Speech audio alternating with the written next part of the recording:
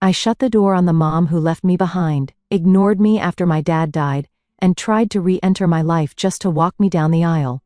Actually, calling her my mom feels weird because, to be honest, she was more like a stranger than a parent. She took off when I was just a baby. I was too young to even remember her leaving, but what I do remember is how my dad, Mark, picked up all the pieces and did everything he could to raise me alone. He was my real parent.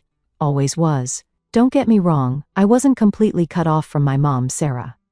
I'd see her every now and then, but it was like a random acquaintance showing up in your life once in a blue moon and pretending they care. The court gave her visitation every other weekend, but she rarely, if ever, followed through. I remember times when I was a little kid, sitting by the window, waiting, thinking maybe she'd show up this time. But nope, she'd either bail or drop me off early because she had other plans. The thing that really bugs me is she didn't even try, not at all. She would quit jobs just to avoid paying child support. My dad busted his ass working long hours while she was out there doing God knows what. Twice, she even ended up in jail because she didn't pay what she owed. Can you imagine? Jail for not wanting to take care of your own kid. I heard about it through the grapevine because she didn't tell me directly. I found out from my uncle. It's messed up, right? Anyway, when I was about 6, Sarah met this guy, Phil.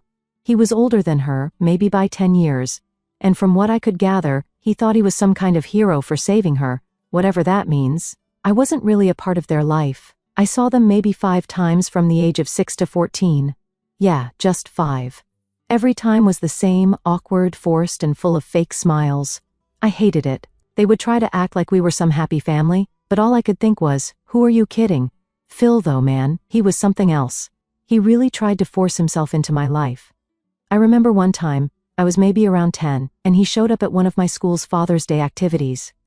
My dad wasn't able to make it that day, but I wasn't mad about it. He always made time for me in other ways, so missing one thing wasn't a big deal.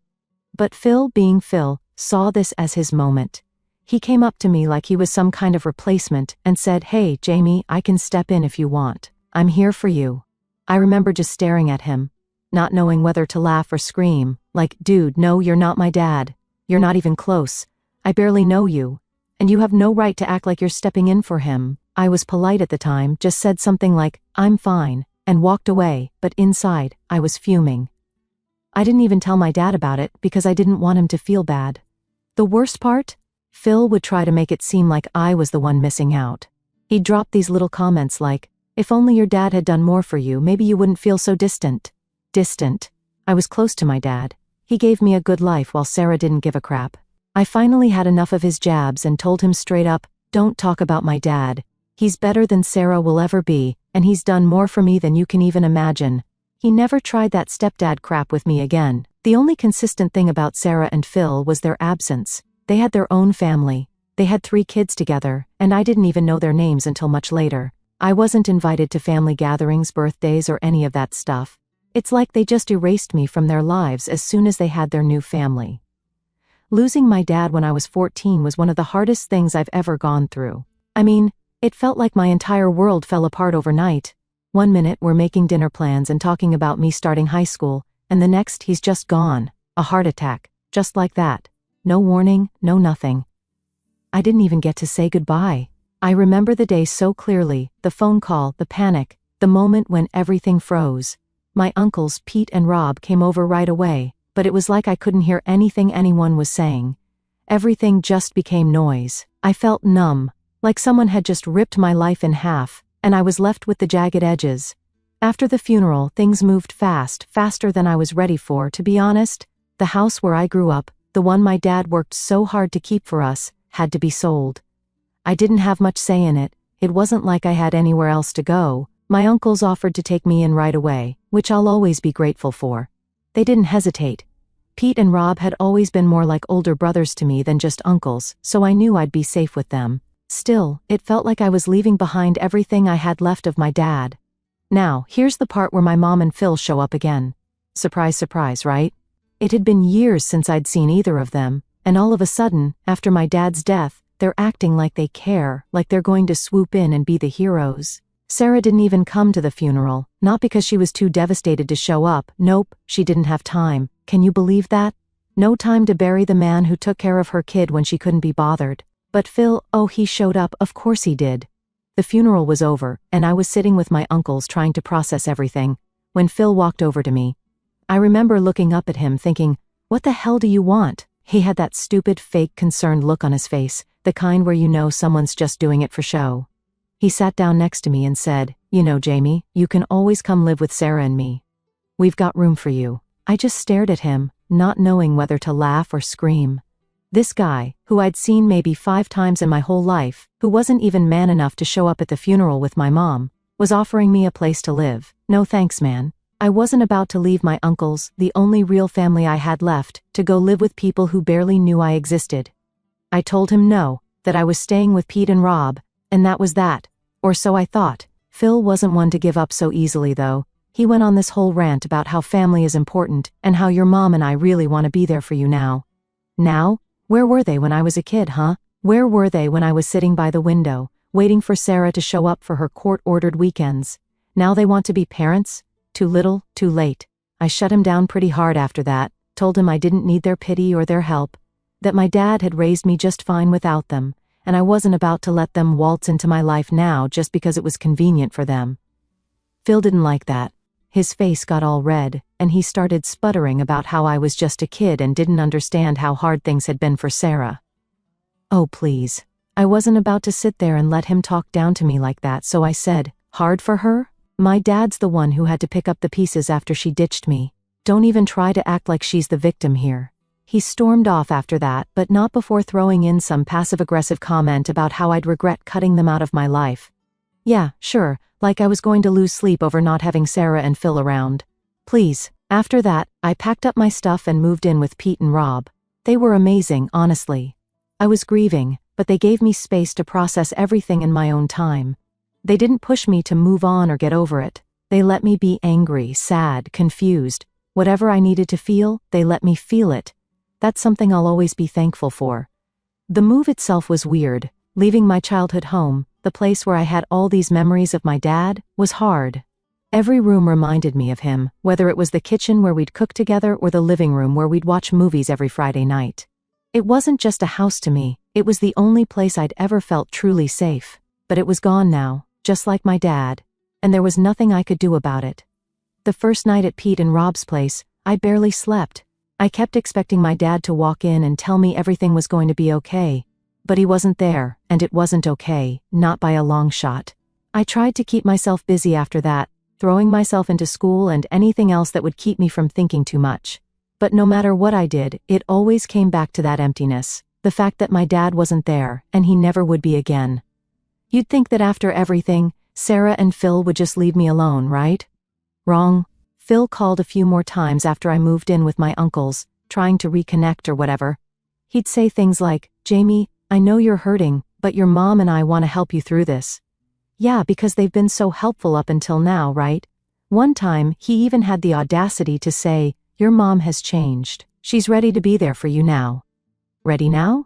Now that my dad was gone? Now that they didn't have to worry about dealing with him? I told him flat out, I don't need her now. I needed her when I was a kid, and she wasn't there. It's too late. After that, I stopped answering his calls. I didn't want anything to do with either of them. They had their life, their perfect little family with their 3 kids, and I had mine with my uncles. I didn't need Sarah or Phil pretending to care when it was clear they didn't. Honestly, life with Pete and Rob was good. It wasn't perfect, nothing could replace my dad, but it was stable. They supported me in ways that Sarah and Phil never could. They showed up for me. They were there, and that's all I ever really needed. By the time I was 27, I thought I had everything figured out when it came to my so-called family. I'd gotten pretty good at keeping my distance from Sarah and Phil, only dealing with them when it was absolutely necessary. The rest of Sarah's side of the family, I didn't have any real issues with. I wasn't super close to them or anything, but they didn't try to force the whole family thing on me like Sarah and Phil did. So I figured it was fine to stay in touch. They were still part of my life, just on the outskirts, you know. So, when my grandparents on Sarah's side invited me to this family birthday party, I didn't think twice about going. I wasn't expecting anything dramatic, just a regular family thing. Show up, say hi, eat some cake, make small talk, then dip out. Pretty standard. Matt, my fiancé, couldn't make it because he had work, so I figured I'd just go alone, say my hellos and get out. but of course nothing's ever that simple with Sarah and Phil involved. When I got to the party, everything seemed normal at first. My grandparents were happy to see me, and I chatted with a few cousins and aunts. It was chill, nothing weird. I spotted Sarah and Phil across the room, but I didn't go up to them. I didn't see the point. They knew where I stood, and I wasn't about to make things awkward by pretending we were close. So, I stuck to the people I was comfortable with, keeping my distance. But apparently Phil had other plans. I was standing by the food table, grabbing a slice of cake, when I felt someone tap me on the shoulder. I turned around, and there he was. Phil. Right there with that same fake, overly friendly smile he always had. I internally sighed because I knew this was going to be annoying. "Jamie, good to see you," he said, like we were old pals. I forced a small smile, mostly out of politeness, and said, "Hey, Phil." I didn't want to be rude in front of everyone, but I was already mentally preparing myself for whatever crap he was about to start. He wasted no time getting to the point. "So, I heard you're engaged?" "That's exciting news," he said, still with that fake smile. I nodded, trying to keep it short. "Yeah, thanks.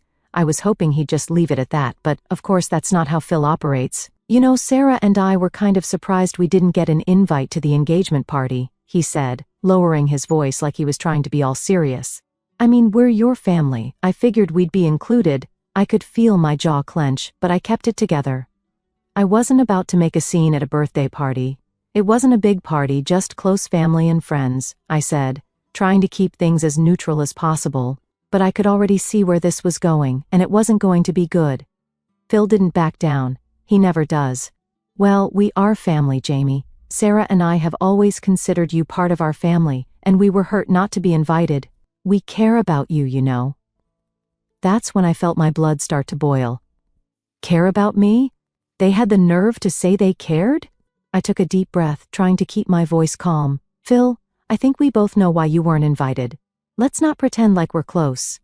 I could see the smile fading from his face. He wasn't expecting me to call him out, but I wasn't going to let him get away with playing the concerned parent card. He looked around, like he was making sure no one was listening, then leaned in closer. "Look, Jamie, I've always tried to be there for you, and I think it's time we move past whatever issues we've had. I know your mom wasn't perfect, but I've always considered you my daughter. I'd like to walk you down the aisle if you'll let me." I swear, time stopped for a second when he said that. Walk me down the aisle? This guy, the man who wasn't even around when I needed someone? The audacity. I felt my hands start to shake, and I couldn't hold back anymore. "Are you kidding me right now?" I said, my voice louder than I intended. A few people nearby turned to look, but I didn't care. "You've always considered me your daughter? Phil, I barely know you. You think just because you married my mom you're suddenly my dad? My dad is dead. He's the one who should be walking me down the aisle, but he can't because he's gone. And you have no right to act like you're some kind of replacement." Phil's face turned red. He wasn't expecting me to lash out like that, but I was done holding back. "I'm sorry you feel that way," he said, trying to sound calm, but I could tell he was pissed. "I've done my best to be a father figure to you, but you've never given me a chance. Your dad didn't do everything right, you know? He kept you away from us, and I think that's why you're so angry." Oh, that was it. That was the last straw. "Don't you dare talk about my dad," I snapped, stepping closer to him. "He did everything for me while Sarah was too busy running away from her responsibilities. You have no idea what it was like for him, raising me alone while she bailed. And now you want to come in and act like you're better than him? Like you deserve to take his place? Get over yourself, Phil." The whole room had gone quiet by now. Everyone was staring, but I didn't care. I was done pretending. Phil just stood there looking stunned, like he didn't know what to say. He opened his mouth, then closed it again, and finally he muttered, "You're being disrespectful. You need to be more grateful for the people who care about you." That's when I lost it. "Grateful," I said. "Grateful for what? You weren't there, Phil. Sarah wasn't there. None of you were there when I needed someone. My dad was the only one who cared, and now you want me to be grateful to you? You're nothing to me. Nothing." With that, I turned and walked out. I didn't wait for him to respond. I didn't care. I could hear whispers and feel the stares of everyone in the room, but it didn't matter. I was done with the whole thing. Done with Phil, done with Sarah, done with pretending like they were anything more than strangers. Later that night, I got a text from one of my aunts saying I shouldn't have made a scene, that I embarrassed Phil and Sarah in front of everyone. But honestly, I don't regret it. They wanted to play family, but they don't get to pick and choose when they're there for me. They had years to step up, and they didn't. So, no, I'm not sorry, and I sure as hell don't need them at my wedding. Update 1. After the whole showdown at the party, I thought that would be it. I figured I made my point loud and clear and they'd back off. But nah, of course not. The text started rolling in that night, and I knew this wasn't over, not by a long shot. First, it was my Aunt Carol. She's one of those peacekeepers, you know, always trying to smooth things over, make everyone happy. She sent me this long message about how I shouldn't have publicly humiliated Phil and Sarah at the party. You know they're trying, Jamie, she wrote. Phil's always seen you as his daughter. You didn't have to embarrass him like that in front of everyone. I stared at the text for a solid minute, just shaking my head. Trying? They've had my whole life to try. I wasn't about to feel bad for standing up for myself after everything. So, I shot back a reply. If they actually cared, they wouldn't have waited until now to act like it. I'm not playing nice just to make them feel better about the crap they put me through. I didn't get a response from her after that. But then, the real kicker came the next morning when I got a call from Sarah. I hadn't spoken to her directly and, honestly, I couldn't even remember the last time, maybe a year, probably more. I almost didn't pick up, but I was curious what she had to say after everything. Jamie, we need to talk, she started, her voice all stiff and formal, like she was about to give me a lecture. I sighed, already regretting answering the phone. What do you want, Sarah? I heard what happened at the party, she said, like she wasn't even there, and I have to say, I'm really disappointed in you. You didn't have to lash out at Phil like that. He's only ever tried to help. I couldn't help but laugh at that. Help? Are you serious right now? The only time Phil's ever tried to help is when it's convenient for him. He thinks just because he married you, he can waltz into my life and pretend to be my dad. He's not, and he never will be. She went quiet for a second, and I could tell she didn't like being called out. But then she did what she always does. Shifted the blame. You know, this attitude of yours isn't going to get you anywhere. You can't keep holding on to the past forever, Jamie. Your father isn't here anymore. Phil and I are. I felt a surge of anger so strong I had to bite my tongue for a second before I said something I couldn't take back. But I was done playing nice. Yeah, you're here now, Sarah. Where were you when I was a kid, when I actually needed you? Don't act like showing up now makes up for everything you did, or didn't do. She sighed, that kind of annoyed sigh she used to do when I was a kid. Like I was being difficult for no reason. I know I made mistakes, Jamie, but it wasn't easy for me either. I did the best I could. The best you could? I cut her off. The best you could do was leave me with Dad and barely show up for your weekends. You didn't even try. You weren't there, Sarah, so don't stand there and tell me you did your best. There was another long pause, and I could hear her struggling to find something to say. Finally she went with, I'm your mother, Jamie. You don't get to talk to me like this. I couldn't help it. I laughed again. But this time, it wasn't because it was funny, it was just ridiculous. You're my mother? Really?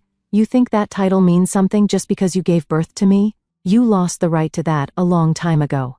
You weren't a mother then, and you're not one now. That must have hit a nerve because her voice got all sharp and defensive.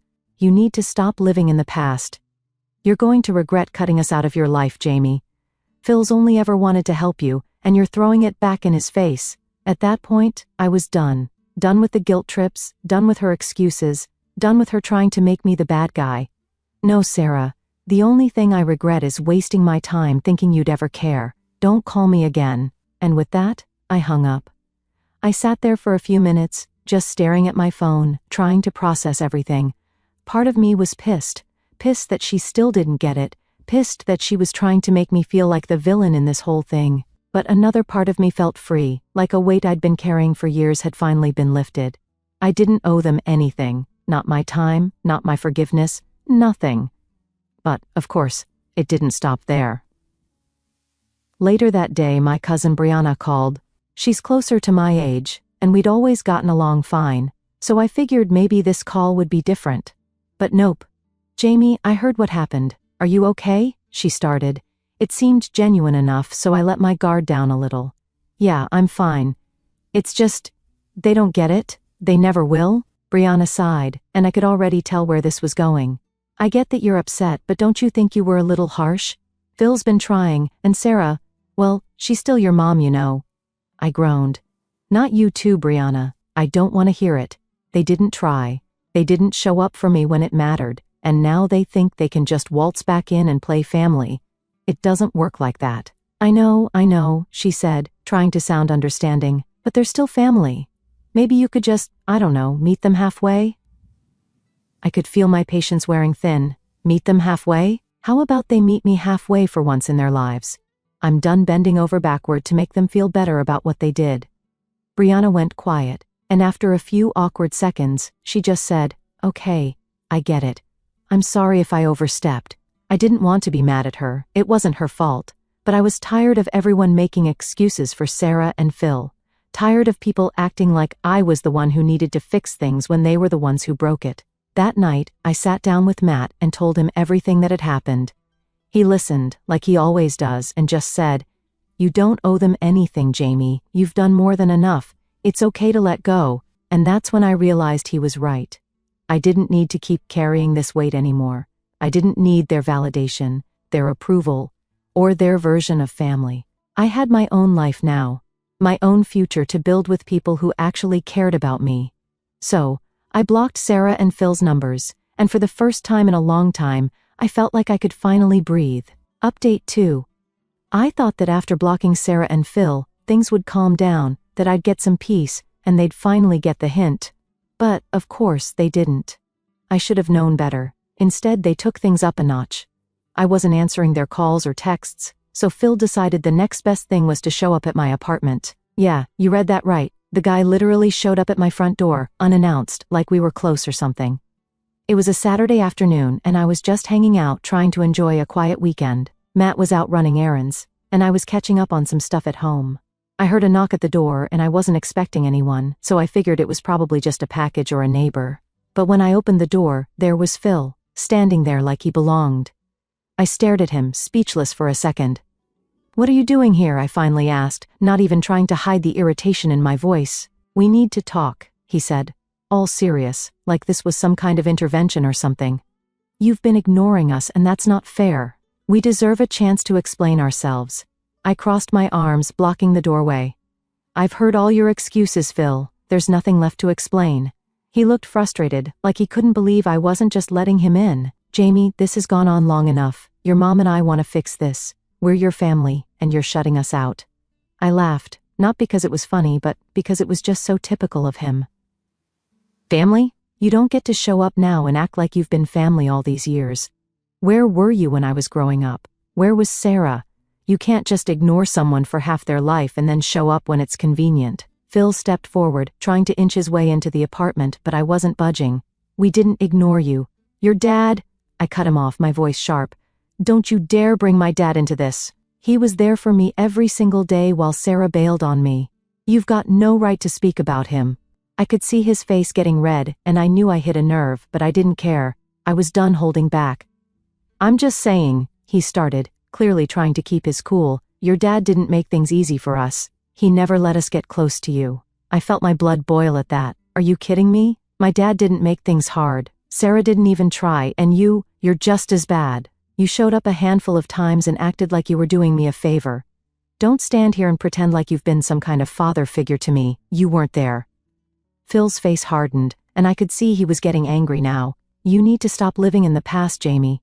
You're an adult now. You can't keep blaming your mom and me for what happened years ago." "Oh, trust me, I'm not living in the past," I shot back. "But I'm not about to pretend like you and Sarah have changed just because you're suddenly interested in playing happy families. You can't rewrite history to make yourselves feel better." Phil let out a frustrated sigh and ran his hand through his hair. "We've been trying, Jamie. We've been trying to make things right, but you keep pushing us away. You're going to regret cutting us out like this." And there it was, the guilt trip, the same one Sarah tried to pull. It was like they'd rehearsed this or something. But I wasn't falling for it. "Regret?" I said, my voice dripping with sarcasm. "What exactly am I supposed to regret? Cutting out the people who weren't there when I needed them? Letting go of people who only show up when it suits them? No, Phil. The only thing I regret is letting you and Sarah back into my life at all." He just stood there, staring at me, like I was some ungrateful kid who didn't appreciate what he was offering. "You're making a mistake," he said, his voice low and cold. "You're going to realize one day that you need us." I shook my head, completely done with this conversation. "No, Phil, I don't need you. I never did." And with that, I stepped back and slammed the door in his face. For a second, I just stood there, my heart pounding in my chest. I couldn't believe it had come to this, but at the same time, it felt like a huge weight had been lifted off my shoulders. For the first time in years, I felt like I was finally free of all the guilt, all the pressure, all the fake family nonsense that Sarah and Phil had been trying to push on me. Of course it didn't end there. I heard him knock again, this time louder. "Jamie, open the door," he called through the door, his voice angrier now. "We're not done." But we were done, as far as I was concerned. We were more than done. I didn't even bother responding. I just walked away from the door and sat down on the couch, turning up the TV to drown out the sound of his knocking. After a few minutes, he finally gave up and left. Later that night, I got a message from Sarah. It was short and passive-aggressive. "Just like I expected, I heard what you did. You'll regret this." I didn't even bother replying. I deleted the message and blocked her number again, this time for good. When Matt came home and I told him what happened, he just shook his head. "I can't believe they still don't get it," he said. "You've been more than fair with them." "Yeah, well, they're never going to get it," I said, "and I'm done trying to make them understand." And that was it. That was the moment I realized I didn't owe them anything. Not my time, not my forgiveness, not even a conversation. They had years to be there for me, and they chose not to. So now I was choosing to live my life without them, and for the first time I felt okay with that.